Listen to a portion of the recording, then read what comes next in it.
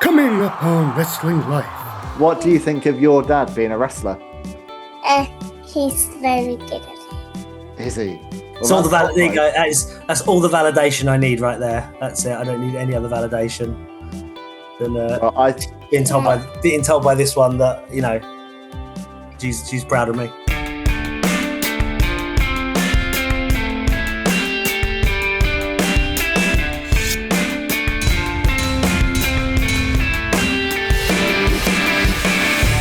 Welcome to Wrestling Life with Ben Veal, the show that features real talk from real talent. Welcome, my friends, to another dose of real talk from real talent here on Wrestling Life. Now, I became a wrestling fan back in the early 90s, and as a kid I was drawn to all of the larger-than-life characters that lit up my TV screen. Whether it was Papa Shango or the Berserker or Repo Man or Tatanka, Kamala or The Undertaker, the list goes on and on. But as I got older, my fandom grew, and my appreciation of the art form of professional wrestling was more understood. What's really fascinated me and keeps me hooked is the real people behind the incredible personas that entertain us inside the squared circle. I love to find out what their life is like outside of the ring, and that's what this show is all about. My guest today on Wrestling Life has an incredible story to share, and this is a conversation I've been looking forward to having for a long time. Now our diaries have finally matched up, so it is on like Donkey Kong. During the week, he shapes young minds as a primary school head teacher, but by night, he takes his opponents to the School of Hard Knocks as the king of the DDT. Welcome to my very special guest joining me today. It is the one, the only, RJ Singh. Welcome to the show today, my friend. How are you, and how was that for an introduction? Oh, that's a fantastic introduction. I couldn't have said it better myself. There you go. That was brilliant. It was great. It's fantastic to. We were chatting earlier. It's taken us a while to get our diaries together. The dad life has, and the work life has affected us actually being able to speak. But we're here, and ready to have a good chat. We're here, and we are ready to dive deep into an incredible conversation today. I think about this career you've had. So look, I want to start off with where you are now. So we're speaking as you embark on your 23rd year in professional wrestling. I mean, that is incredible sticking power. What's been the secret to your longevity in this crazy business, do you think? I think probably, I don't know. Is this controversial? No, it's not a controversial opinion. It is because it is, wrestling's not full time for me. And I think because of that, I'm not wrestling 5 days a week, every week. For the majority of the year, I am predominantly wrestling at weekends, or during sort of holiday times. I wrestle a little bit more during holiday times, but it's mainly weekends. So I think, doing it on a part-time basis is kind of physically has led me to do it. But just from another perspective, just still love it. I still love wrestling as much as I loved it as a child, as much as I loved it when, the late 80s, I turned the TV on and saw WWF for the first time, seeing the Ultimate Warrior and Hulk Hogan and, igniting that love for it. And I still love it as much today. I mean, as we speak now, I did my first show of the year yesterday. And it was brilliant. I had great fun, and, just coming out to the crowd, hearing the cheer of the crowd. It's just, there's no feeling like it. I don't know if people in other forms of entertainment have that same feeling that you get when you step out through the curtain in front of a wrestling crowd. But it's, I think that energy and that feeling keeps me in it. It's such an immediate kind of visceral connection, isn't it? That crowd reaction when you step through the curtain. I don't think there's anything like it in the world of entertainment, not in film, not in theatre. It's a very special, it's like an alignment of kind of the rock star lifestyle for sports, isn't it? Yeah. And it's so unique in that. And I use this a lot in training when I'm talking, whenever I do seminars, and have this conversation, that wrestling is more unique in that sense, because if some people would compare it to a theatre or musical theatre and things like that. And you think with those kind of shows, they are made through months of rehearsals, and they repeat the same show over and over and over again over a long time. In the morning or daytime, you've got your tech rehearsal, your sound check, all that. In pro wrestling, we turn up on the day, we build the stage, Often we build the stage ourselves. Our rehearsal could be, if you're lucky, 3 hours rehearsal time. Our rehearsal time might be 20 minutes if you're in a pinch. And then you go out and you perform that show, and then you move on. And then you go do it differently somewhere else the next day. So it's whereas I've heard people compare it to theatre and things like, it's not quite the same in that respect, because they are repeating the same show over and over again. We are telling different stories in different places as different characters time and time again. But it's, like I said, you don't have that tech rehearsal. You don't have that necessary run through. Sometimes you might be running, I've turned up late to shows before and I've just barely got enough time to chuck my boots on and talk to the other guy and say, right, what are we doing? Right, talk to me, or I'll talk to you out of there. Or again, it has that element of improvisation as well. Yeah.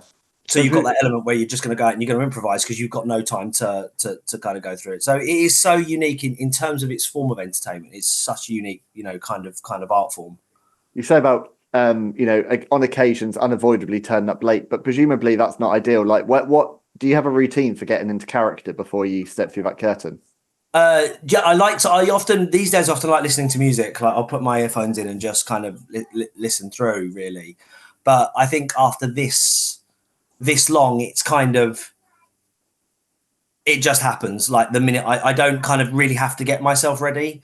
Like, I'll be me, but the minute I'm through the curtain, it's changed. It's RJ from that point onwards. It's quite an instantaneous change. And that's probably just through years of doing it that I'm able just to switch quick as you can. So well, Rishi Ghosh, who I know is a good friend of yours, he was saying when he was on the show, he was saying when he puts the cape on, that's the moment. That's when he steps into being the Prince of Mumbai. But for you, it's not necessarily the gear. You can just it's literally through the curtain. The curtain is almost the portal, as it were. Like, the minute I'm through that and I'm out in front of the crowd, it's switched on at that point. So it's it certainly does help once you're in your gear backstage. You're fully, you got your boots on, you got your gear on, you got your jacket on, you're ready to go. That certainly helps. But for me, it's always been that switch from the minute I go through.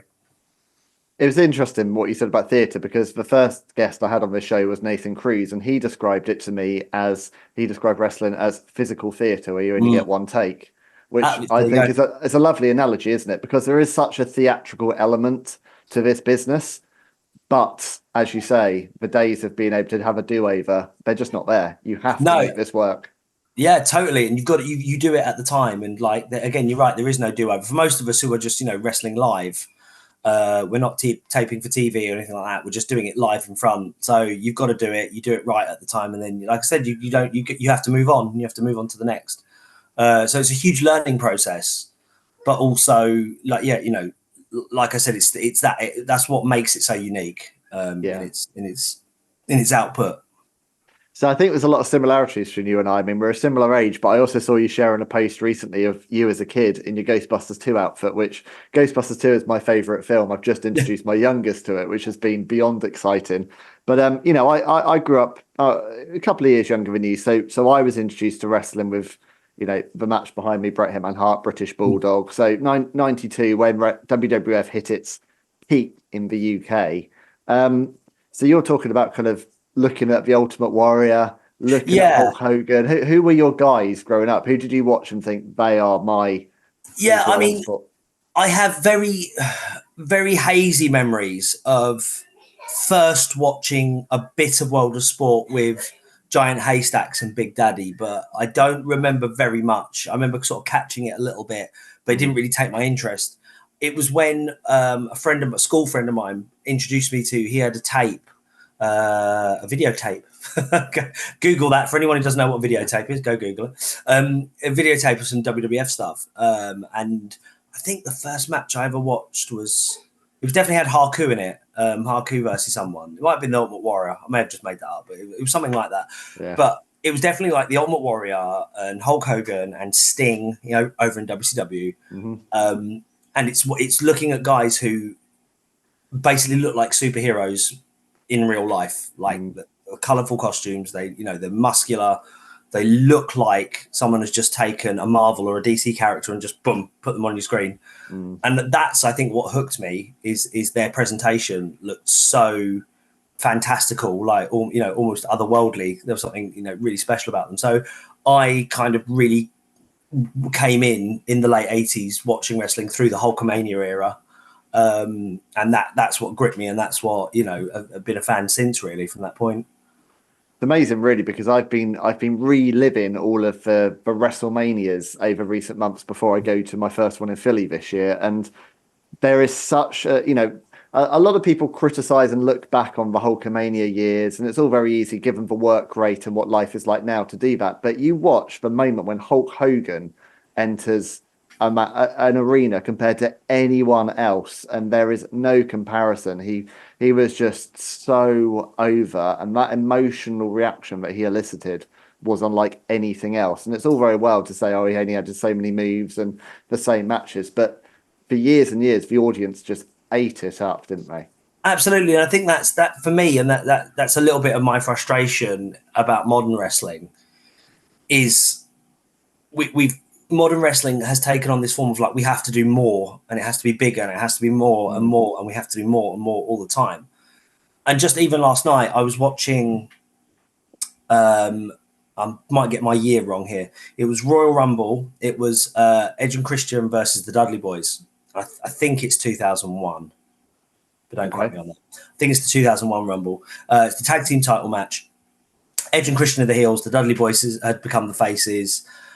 It's the most simple tag match you could commit to a ring. Like, I watched it and I broke it down, and I was like, this is such a simple tag match. But the heat for it, the heat for the Dudleys finally beating Edge and Christian is through the roof. The crowd are so into it that actually the moves they're doing doesn't matter. It's just about the story they're telling, which is kind of the thing I'm all about really these days, is about that kind of storytelling side of it.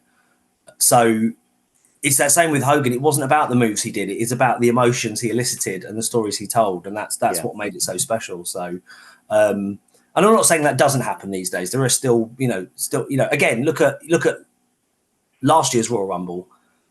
And what was the biggest moment of last year's Royal Rumble? It was the moment Sami Zayn hit Roman Reigns with a chair as part of the story, and the crowd went absolutely wild. And for me, I've always said this to people, it's not about moves, it's about moments. Yeah.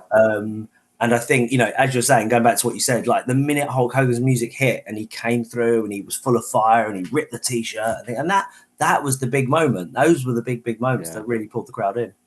And what I love talking about what you're saying about slowing it down, you are the DDT king in the UK, and I love that because as someone who grew up, watching and appreciating Jake the Snake Roberts, not only matches but also his incredible kind of ring psychology, that when he hit the DDT, there'd be so much anticipation for that moment. And if he hit it, that was a true match ender. But in recent years, especially in the big promotions in the US, the DDT has become very much just a transitional spot. It's just something onto the next one.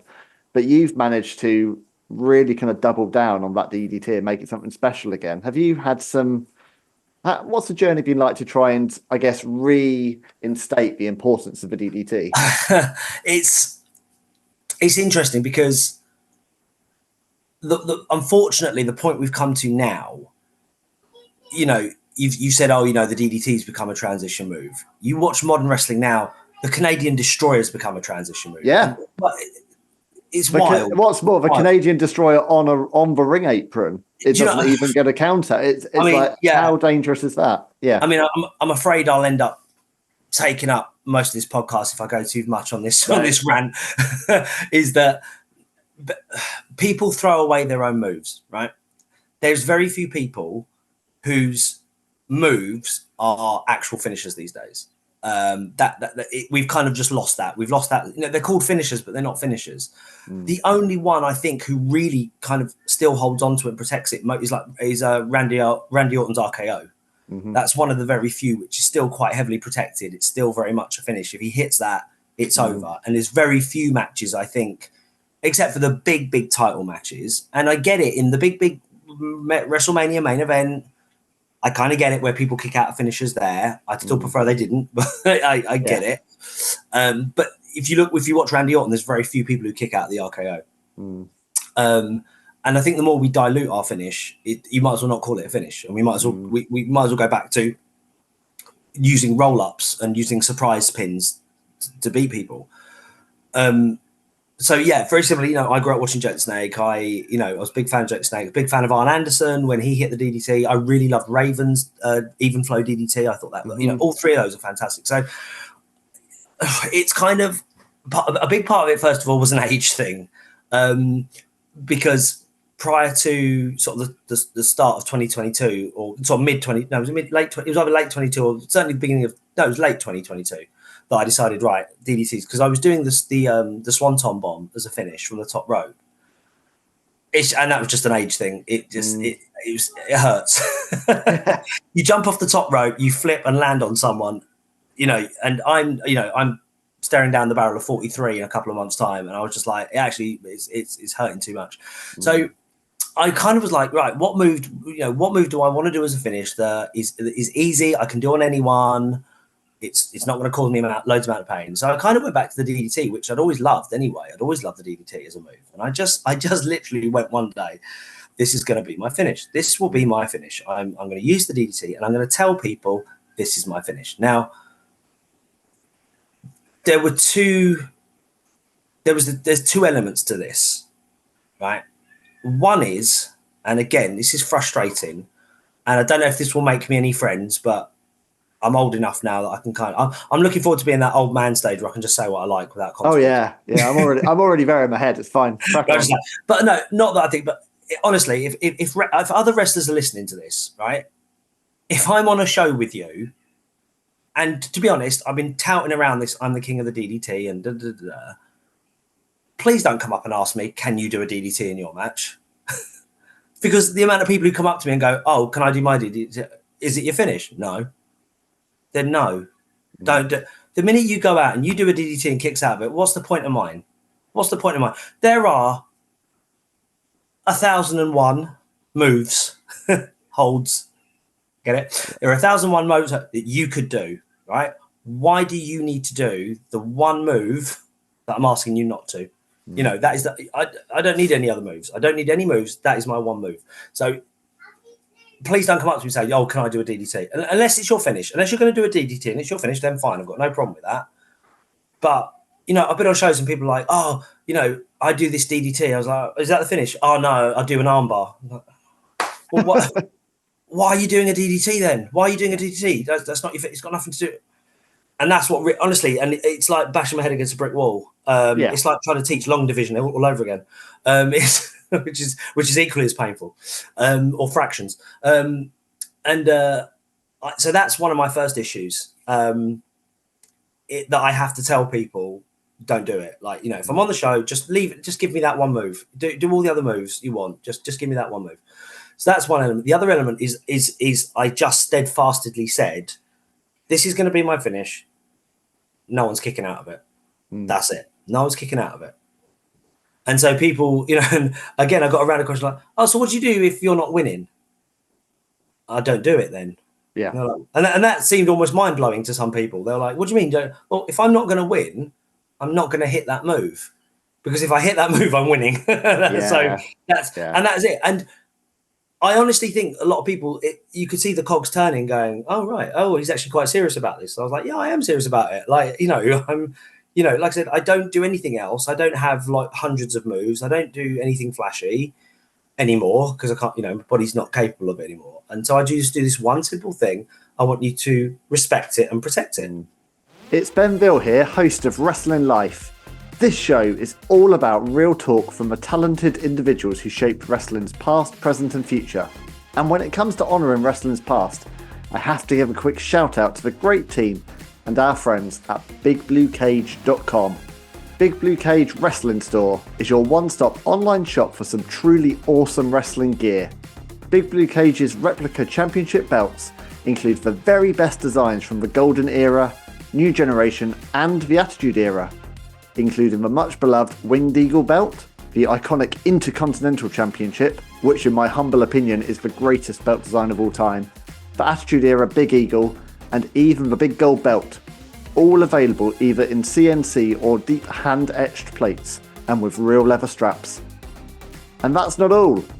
Big Blue Cage are also the exclusive stockists of other old school items that I absolutely love, included WWF, WCW, and old school Hasbro sock sets. And the one accessory that every wrestling fan's car needs, Hulk Hogan and Macho Man Randy Savage wiper blades. It's time for the Mega Powers to explode once again. With UK and worldwide delivery options available and custom designs accepted, head on over now to bigbluecage.com. Now, thankfully, most of the since I've been doing that, people have gone with it. And actually, I'll flip it slightly. So many wrestlers have come up to me and gone, "Oh, I love that you use the DDT as a finish. I love that you use that as a finish. I think that's great. That's really cool that you protect it." And I was like, "Yeah, but it's so simple. It's not. I haven't done anything revolutionary here. I haven't sort of reinvented wrestling. I've just gone back to some really basic principles and gone, no, this is it. This is how we do it. If I hit the DDT, that will be the finish. If I don't hit the DDT, and there's lots of ways out of a DDT. There's lots of ways to escape it. Yeah. So if you watch my matches over the last year and a half, you see people escaping from it, and you see me trying to go for it, and people escaping. But when I hit them with it, that's the finish. But what I also love about it, in this independent world of wrestling, where you have to really stand out and be known for something. What I love about that, the king of the DDT, I can see the parallels with, Matt Cardona is king of the deathmatch. I've spoken to him about, like, you're known for it. This is your gimmick now. You are the king of the DDT. There's a reason to come and see you. Will he hit that move? And I love that, because it's all about that instant identification, isn't it? In terms of definitely the intrigue. Definitely, and like you said with Jake, if you go back and watch his sort of his just TV jobber matches, the minute Jake stood and just did that, you can see the crowd and the crowd start chanting DDT. And around that same time, in WCW, around the same time, that late 80s, very early 90s period, the DDT was hugely over.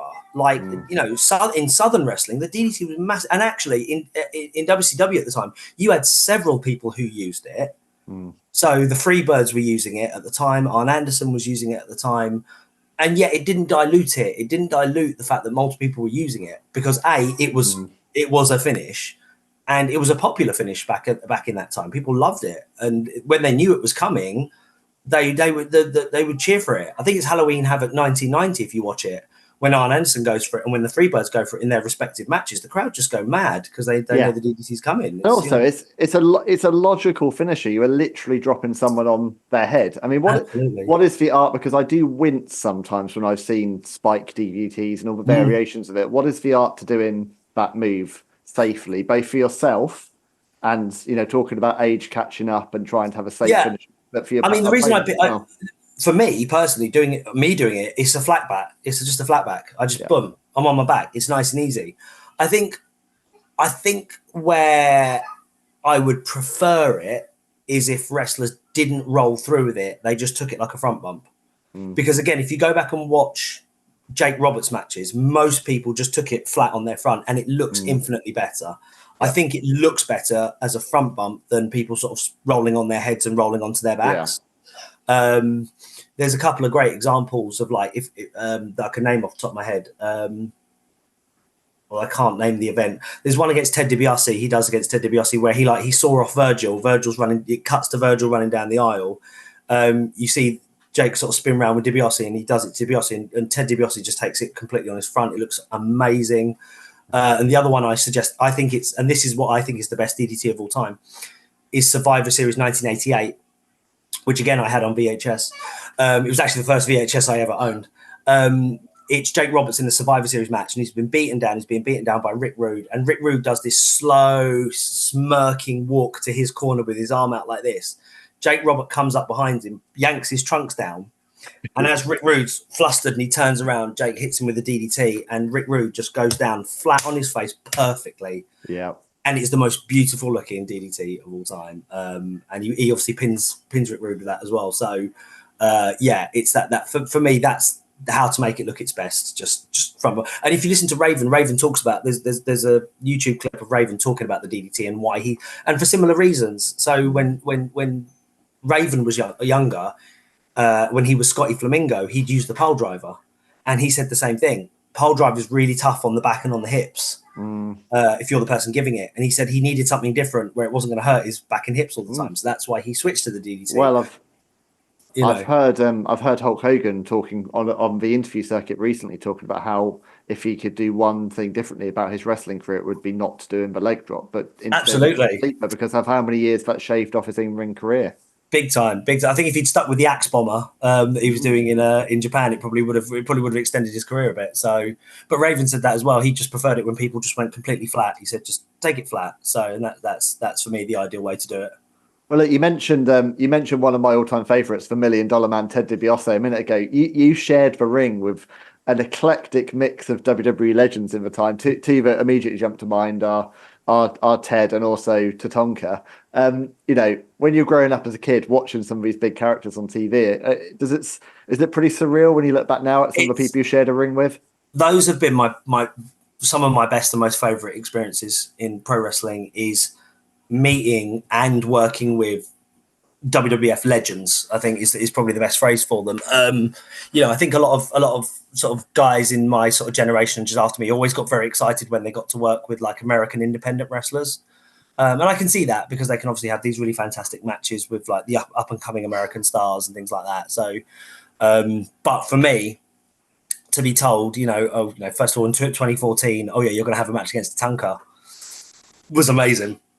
And I absolutely loved it. And I had such a good experience working with Tatanka. He was very giving.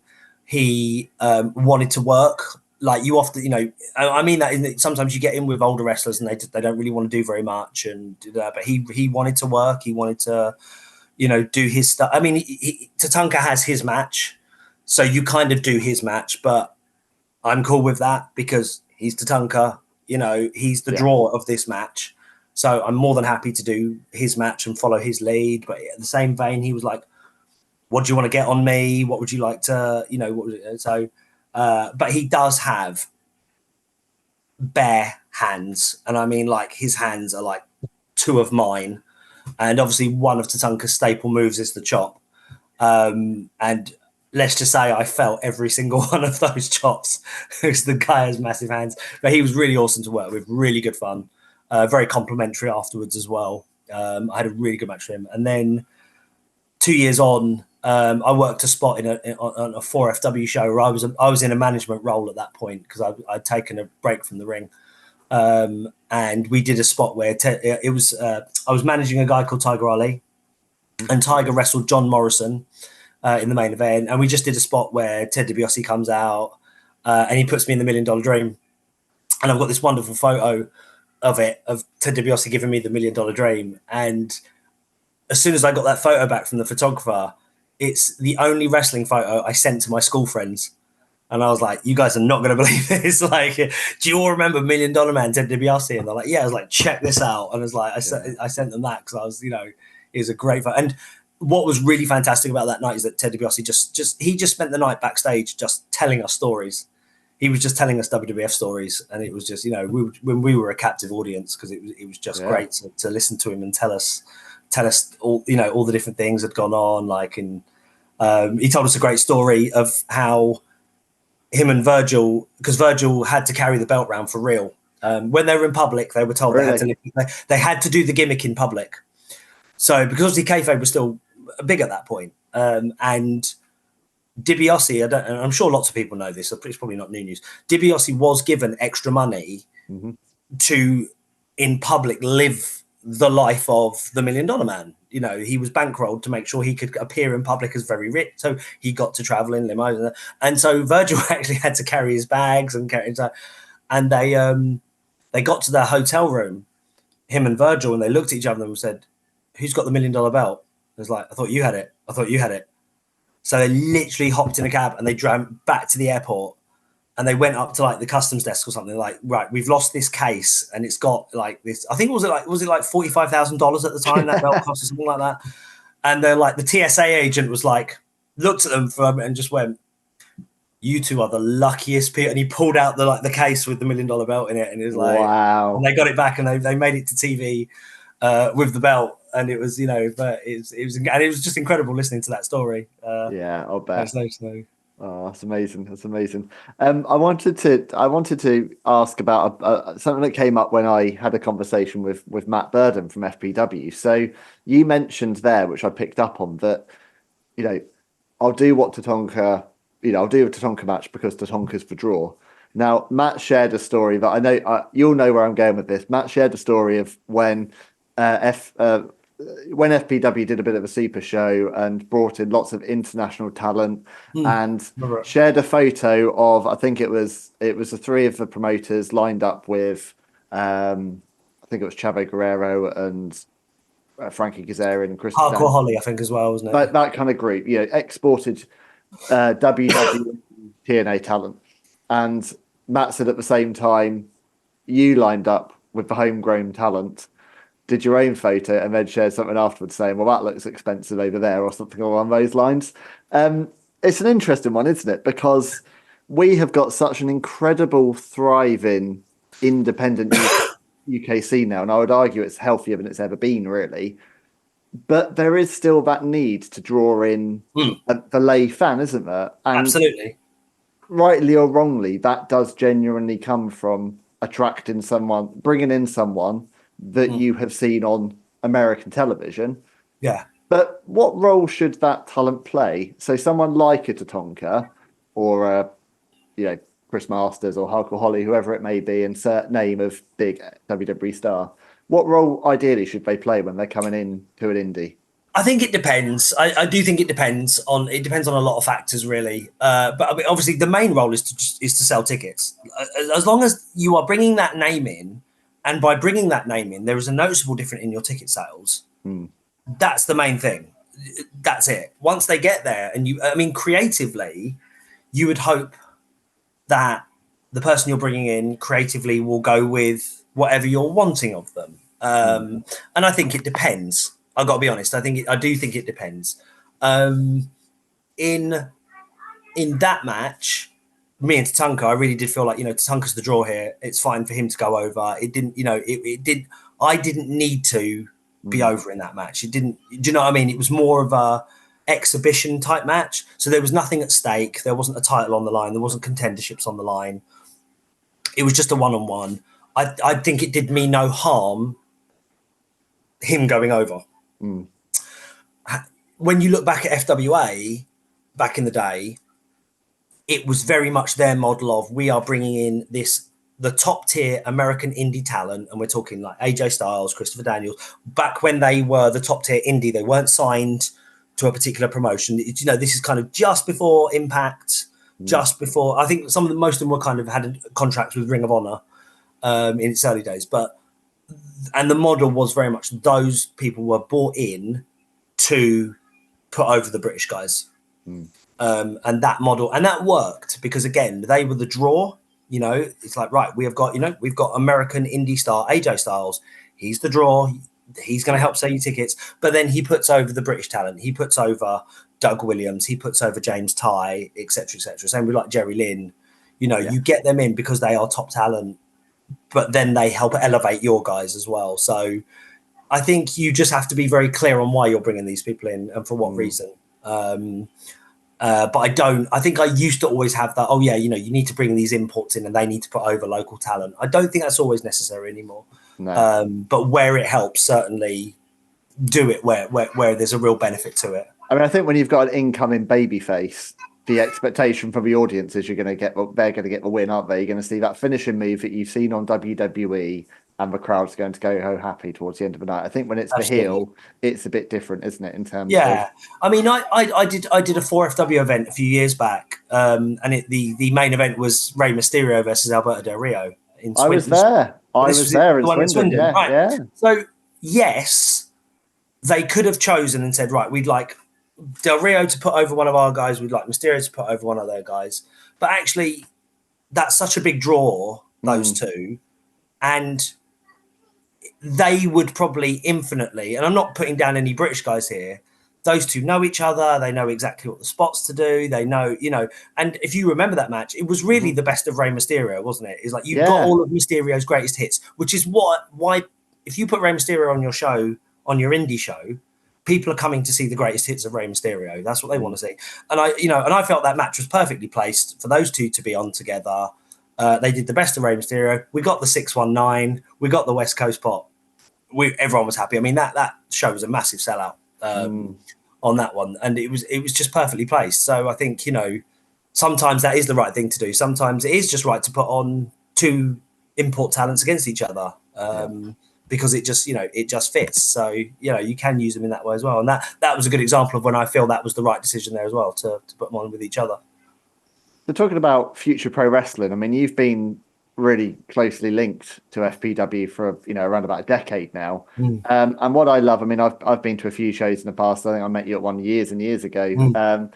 What I love about them is that, it's a real family friendly feel, but it's also this very homegrown community offering. What do you think special about FPW? I think what I really love about FPW is that when it was established, they weren't. And this is not a knock on like Lee, Matt, and Steve. I don't think they were quite sure where their place was in the London scene, because they jumped into a very thriving London scene at the time. So you had Rev Pro at the time, who they feel very sort of fans of independent and Japanese wrestling. That's the corner that's the sort of market they had cornered. I don't believe at that time Rev Pro was in London a lot. I think Rev Pro were just dipping into London more and more at that point. You had Progress, of course, which was very sort of people who are into their independent wrestling, very adult orientated kind of shows. You had Lucha Britannia at the time as well, which was playing to a non-wrestling audience. It was wrestling towards a Friday night, fun night out, cabaret audience. So actually what you had left was the family audience. And I think when they cottoned on and went, oh, hold on a minute, we don't need to compete with those promotions, because actually those promotions are hitting different audiences entirely. And we're hitting the audience that they're not hitting. Those other three promotions weren't hitting the family audience, where you could have very young children coming in and sitting with their mums and dads. And I think when they cottoned onto that and just tweaked their product to make it more family friendly, and not that it wasn't ever family friendly, but I think when they realized that, actually, we're pulling families in here. Yeah, we're going to make some more family show. I think that's what really, made it interesting and exciting for FPW. And obviously, it's talking to Steve's vision has always been high quality wrestling at a level where families and children can engage with it. Yeah, and that's so important, because you've talked about, I mean, from our era, everyone's got a friend who gave them a VHS. You're not alone in that. I've got the same. I had a friend whose dad owned a video store, so I used to be able to rent I used to get a free rental once a week. I remember renting the WrestleMania 6 double. Do you remember those double VHS box sets? Yes. But the point is, we got into wrestling when we were, whether it was 6, 7, 8, 9, that's the age generally people get into wrestling. And then as you go on, your taste evolves. If this industry is going to keep continuing to grow and thrive, it needs to have family friendly alternatives. I need to be able to take my kids to see this show. And fine, if I want to go and watch a Blood and Guts event or Deathmatch, whatever, fine. There's a place for that, but I don't want to go to a show with my kids and run the risk of them seeing that content or hearing words that I don't want them to hear. Exactly. So I like to know there's promotions like that out there that I can take my boys to. Definitely. And I was watching a clip of an interview with Dave Filoni, who is obviously heading up a lot of Star Wars projects at the moment, and obviously headed up the greatest cartoon of all time, which is Avatar: The Last Airbender.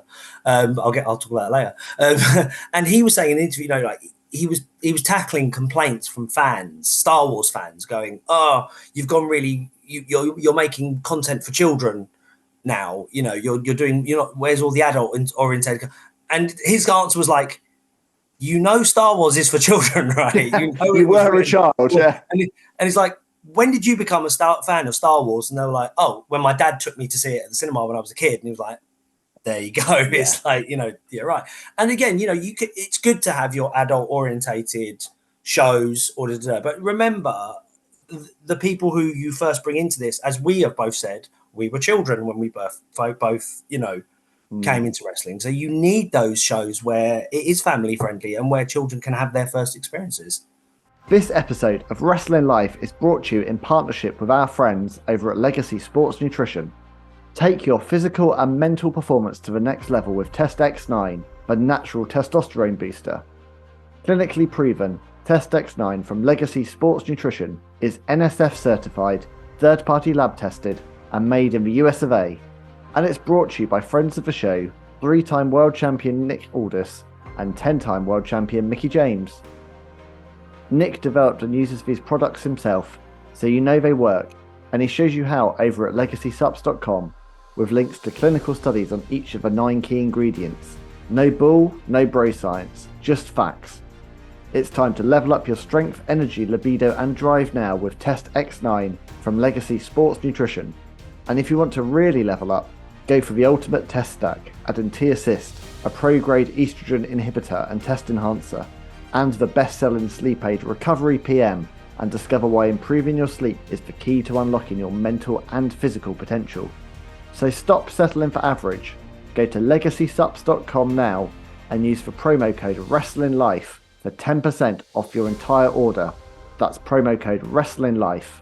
And if you subscribe to have it shipped every 30 days, you can still get the discount every single time. So head on over now to legacysubs.com and level up with Legacy. Yeah, absolutely. So look, talking to children, we spoke to it about at the start. I want to talk about this duality that is your life, this crazy juxtaposition in terms of your 2 careers. So, you've been doing wrestling for 20 plus years, but at the same time, you've been a primary school teacher and head teacher for many years now, and how on earth have you managed to successfully align those 2 very different career paths? I think actually it's funny because when people say that, it's funny and using the word align because they do sit very separately. They do sit as very separate parts of my life. Like they are both parts of my universe, but they sit completely away from each other. And the 2 don't really cross over. And I like that. I like to compartmentalize them into this is wrestling over here, this is school over here, and they keep apart, so I can go over here and I can be RJ Singh and I can do what I do over there, but I can be over here and I'm Mr. Jones, and that is me and my role over here. But like anything in life, and I learn this more and more as I get older, it's balance. It's all about balance. You have to balance your life out. I think you have to be careful.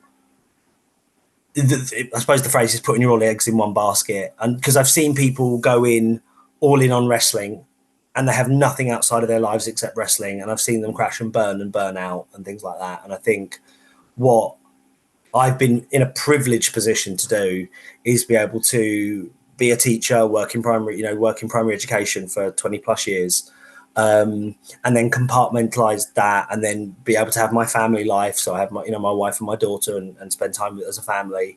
But then also very fortunate enough to go off into wrestling as well, at times. And it really is a balancing act at the moment. I'm very fortunate that, and again, I hope this is not a boast, but I very rarely have to seek wrestling shows these days. I don't, and I always encourage younger wrestlers, put yourselves out there, make sure you're finding, go get bookings. I don't really look for bookings. I have enough of a regular run where people will ask me, and I'm I say it's a fortunate position. I'm very thankful for that I can actually turn down bookings and say, oh, I'm sorry, I'm either already booked, or I just can't because I've got 3 shows in a row. I need time with my family. I can't do another show this month. And it's disruptive, isn't it? I mean, these are weekend bookings. You're a husband, you're a father. You've got a full-time job. I presume you've got to be very careful about how far afield you travel for bookings and how regularly. Yeah, absolutely. Especially on Sundays, like getting a booking, far up north on a Sunday is really hard because, you can end up back home at 1 a.m. Because I live in Hertfordshire. So, if I travel up north for a show, if a show's a late one, if it doesn't finish till 9, 9:30, I've then got 3-4 hours journey back home again. I'm not into 1. I've got to be up the next morning. Ready for the show. So it is about balancing things out. And obviously I probably I do more shows closer to home these days than I do further afield, which is a shame in one sense, because I used to love traveling up to the Midlands and going up north for shows, but that's more of a rarity now. Most of my shows I do now are kind of no more than 2 hours away from home. Yeah, that makes sense. Which is a necessity. But if you know, again, my advice to younger wrestlers: go work as often as you can and get the experience and get your mileage in. But for the position I'm in now, it's all about just balancing it out and saying, I can only do these many shows a month. I've got to spend this time, doing other things. And, because if I spent every weekend wrestling, nothing would get done ever. I'd never get anything in the house or anything like that. So it's just balancing it out. Well, it's interesting.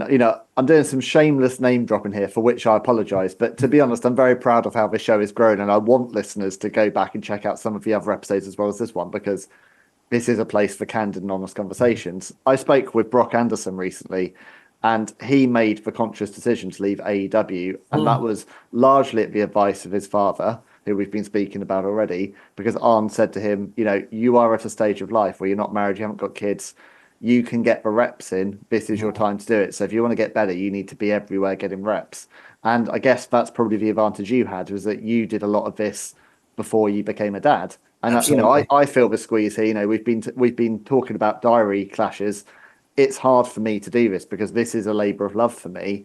But my number one job in this life is to be a good dad for my boys. Wrestling conversations are wonderful, and they fill me with great joy, and they fill my cup up. But this has to fit around my boys. Yeah, and so I fully get that. I'm really interested in this idea of Mr. Jones at the school. You say they're compartmentalized, but I can't imagine, knowing the school network as I do, I really can't imagine that every single parent must know that you're a wrestler.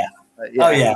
What are the reactions when people find out what you do for a Well, it's funny because it's kind of, by the time you've pretty much, every school I've been at in the last couple of years, magically they just seem to know by the time you've arrived and you've accepted the job.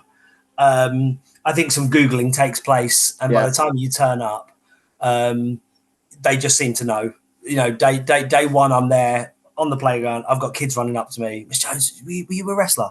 Did you used to be a wrestler? Like, have you wrestled John Cena? Have you? You get all those questions come up straight away, and then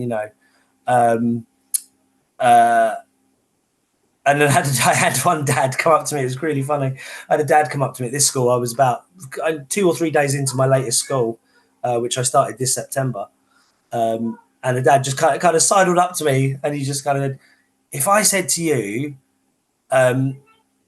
tackle, sleep, leap, like that, I just smiled at him, and he's like, oh, I was such a big wrestling fan, like, and he goes, oh, I don't really watch the modern stuff, it's not as good as it used to be, back then. And he goes, but yeah, I heard you're a wrestler, and like, the kids love it when they found out that you're a wrestler, so it's it kind of follows you around, and people kind of accept it, and and with the older children, I always make a bit of a joke, though, especially when I've joined early on, that and they're like, oh, Miss Jones, you're a wrestler, and I was like, yeah. So don't upset me, because I'll turn you into a pretzel. So they always kind of look at me like that and sort of laugh. And I feel like it's a good way to enforce a bit of childhood obedience in the class. Yes. The king of the DDT is. But what have you found? What others? I assume there are some crossover or similarities. I mean, what have you found that you've learned from being a wrestler and vice versa that's been applicable to teaching? I think obviously, in a sense, teaching is a bit of performance as well. You have to stand up in front of you'd hope, captive audience, or you've got to capture that audience. It's the same as wrestling. If you just go out and do your thing and no one engages with it, you've not really done anything great in wrestling. Same with teaching. If you stand in front of a class and talk to them an hour, but actually they've learnt nothing in that hour, you're not doing it right. So you're always looking for engagement. How do I engage people? How do I get them to notice what I'm doing? How do I get them to understand what I'm doing and follow me? A lesson, a wrestling match is a story and a journey. A lesson is exactly the same in school. You're trying to take these children on a journey, and you've got to do that with them. So, and it's the same thing I preach with the children at school. It's like you get better by practice. You get better by repetition. You practice something over and over again. I don't use the practice makes perfect. I use the practice makes better. And I say to children, the more you practice and do, they must be sick of me talking about times tables, because I just say to them, just learn your times tables. If you know your times tables, Everything else is easy. And it's the same with wrestling. You know, it's about repetition. It's about, you know, if you want to master something in wrestling, you have to do it over and over again. You have to practice it. You have to, you know, redo it. And I say that if I ever do any training or seminars with people, I'm like, okay, great. You got that move once. You've now got to get it 20 times in a row and be able to do it. You know, if you want to be able to do anything with perfection in wrestling, you have to do it over and over again, again. Keep repeating it until it's absolutely, get it until you can't get it wrong. That's the answer. And I tell you that with teaching as well, you know, learning. You learn something until you can't get it wrong. And that's, you know, that's how it's got to be done. So I think, you know, there's lots that from the two that kind of bleed into each other. So when you do your seminars with, you know, new talent entering the industry, do they have to start off by going, "Good morning, Mr. Singh"? No, but I do break out sugar paper and marker pens. I've done many a seminar where I turn up and I literally say, right, it's two things, you know, a couple of things you need to know about me. You know, I've been wrestling for 20 plus years, so I know what I'm talking about. I'm also a primary school head teacher, so I do know how to teach. And I will spend a lot of seminars. Half of it will be working on moves and stuff. The other half will be, I get big bits of sugar paper out, I get pens out, and we talk theory, and I make them write things down. And I'm like, right, tell me about this. And we write it down, we do pictures. And, you know, I usually leave them hanging up in the whatever wrestling school I go to, we usually pin to the wall. And it's, and I've always got really good feedback, because that's obviously not a lot of wrestlers go in and do things like that in training seminars. So if you ever come and do a training seminar with me, you will be sat legs crossed on the floor, working in a group, writing some stuff on sugar paper. So any PVA glue? No, blue tack only, because we can only blue tack it onto the wall. So an OHP. Yeah, I wish. I probably should. You could do like the old Bobby Heenan, couldn't you? But with an OHP. Yeah, that's it. I should probably have my own laptop and projector by now. But maybe I'll have to invest in something like that for the future. But what I do love about it, on a serious note, is, you know, you're a very accomplished head teacher. You're also a very accomplished wrestler. I think people were surprised when I said I was going to launch a wrestling podcast, because people are sometimes surprised by what I do for a living in PR, but I have this separate life of being a wrestling fan. And what I've always found very interesting about pro wrestling and this kind of mini tribe that we are, is you never have to justify, like in football, rugby, cricket, insert sport, or indeed, like in a particular band, you know, being obsessed with film, being a foodie. But you always have to justify, why do you like wrestling? Why do you like wrestling? It's all fake. That's for kids, you know. And I love doing this show, and I'm so grateful to have people like you on, because this is all about showing, actually, there are so many talented, very, very intelligent, nuanced people who make up this industry, which is a real art form, which is so overlooked and misunderstood in mainstream culture. Yeah, and I think it's a real, because people either react in one or two ways. People either be like, "Oh, that's so cool. Oh, that's awesome. Like, you know, how long have you been doing that?" And like, "No, does it really hurt?" And like, but they're interested, and they're like, they think it's real. And then you get other people who are these skeptics who are like, "Oh, but that's not real, is it?" And I'm like, "Neither's Transformers. Go watch Transformers. It's not real either." Yeah. And you get people like that, and they're like, or you turn it back on them and sort of, you know, they go, "Oh, it's not," you know, or they go, "Oh, it's all fake, isn't it?" And I kind of like to go, what part of it made you think it was real? Like, you kind of throw it back on them, like they've said something stupid. And but you're right, 100%. You always feel like you have to justify why you like wrestling. And I love listening to like podcasts where you hear celebrities talking about wrestling, where they talk about how much they love it and they think it's such a brilliant, you know, form of entertainment. And I think more people like wrestling than they let on. As well, like, but because it just seems like such a niche form of entertainment. What do you think about Logan Paul's crossover into WWE? Fantastic, fantastic. You know, don't get me wrong. I mean, I don't really know a lot about. I'm that age. I'd probably have to go talk to the kids and say, "Tell me about Logan Paul." I don't know much about. So I don't know much about him as a YouTuber. I know he is a social media influencer, and he, you know, launched Prime Drink and all that. So I didn't really know much about him, but you know, I could see he has crossover appeal. I can see that he can draw in a completely new audience. He's got access to a completely new audience that they didn't have. And let's be honest, he's done a fantastic job. Like, he has not disappointed with any of his matches so far. I mean, obviously, they put him in with top level talent from the get-go. And it's like, right, what was his first match? It was him and The Miz versus the Mysterios, wasn't it? I think you're right. Yeah. I'm like, you're in with Rey Mysterio, and obviously Dom was still quite new, but obviously Dom is fantastic now. I think Dom is one of the best wrestlers that has come out of the last year. Yeah. But they put Logan Paul in with Rey Mysterio and the most reliable wrestler in the world, The Miz. And The Miz is so hugely underrated of what a great talent he is. So that match for me was always going to be fantastic because they put him in straight away with top level talent. They've also, they released footage of him training and taking it seriously. And he thankfully has come in with the great attitude of, I'm going to do the very best job of this. And then, since then he's been in Money in the Bank with Seth Rollins, Roman Reigns. So they put him in with the very best. And I think he's done a great job. I really couldn't fault anything he's done so far. And again, he's a natural heel who doesn't want to hate this guy this guy who can roll out with a $1 million Pokemon card around his neck, however much that Pokemon card costs, and he's cocky and he's full of himself, but he's great. Yeah. I think it's brilliant.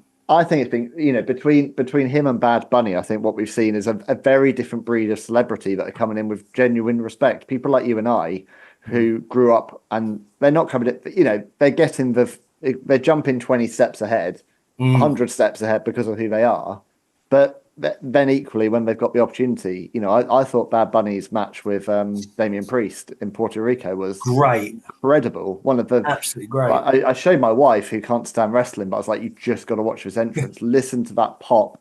I haven't heard a visceral pop like that probably since Bulldog at 92. That's and you can't capture that. That's natural, and if you've got that, then go for it. And I think and the bonus, which it should always have, and that's how it worked. It elevated Damon Priest as well. Yeah. Which the guy who's going to be here every day for the next couple of years. Yes. Bad Bunny's come in and we've done this great thing with him and he's performed admirably. But actually, Damon Priest doing the best he could in that match as well really elevated him because they were like, right, well, you're off to win Money in the Bank now. So, and we're going to put you as a person. And I can easily see him in title contendership, further down the line. So everything about that did its job. It brought in a celebrity. But it also elevated the talent that they needed it to work with. So it's just fantastic. They've done it so well, I think, the last couple of times with these guys. It's been brilliant. Yeah. Well, look, the last thing I wanted to ask you, we've talked about kind of how long you've been in your career. You're now in your early 40s, but, from what I've seen you put out recently on social media, you're not planning on retiring anytime soon. You've said that you'll keep going until you're either no longer useful, not needed, or until the wheels fall off. I mean, when do you think you'll know that it's the right time to say goodbye? Probably when I can't get out of bed on a Sunday morning without assistance. I don't know. I think it's going to be a combination of those factors. It's going to be either the bookings dry up because just nobody wants to be on their shows anymore, which is fine because, like I said, I'm not a young guy anymore and it's everybody's got a shelf life. So, when I'm just the bookings stop coming in, and when I just think physically I'll know, because I could bounce, in my 20s when I started, in my early 20s, it was so easy to bounce back from aches and pains and you would shrug it off and you'd move on. The aches and pains are lasting now. And obviously my daughter's still quite young. She's only 5. So, and you have to, and you'll know this being a dad, you've got to give your entire physicality over to your children. You are expected to go running across the fields with them, or be a personal climbing frame. Well, I'm asked to wrestle every single night. They both want to do Royal Rumbles for me. We have a whole routine for bedtime every night. And they've completely I showed them the 1995 Royal Rumble. They completely get the concept, but only 1 foot, that you have to have both feet on the floor. So all the time they're doing, my kids would genuinely impress Kofi Kingston, I think, with some of their ways. Excellent. When bedtime is an option and they're evading bedtime, their ability to not have their feet touch the floor is incredible. So, and I'm assuming you've been dragged into multiple soft play areas, things like that. Oh, so my body has been destroyed. Contortion. I'm 6'1". Like going into soft play has been brutal. Like a contortionist. There you go. I thought this person would appear at some point. Hello. At some point. So this is Jasmine. Hello, Jasmine. Or Princess Jasmine, because she's made her entrance debut, didn't you, at Pro Wrestling East? Yeah. Fantastic. What do you think of your dad being a wrestler? He's very good at it. Is he? Well, there you go.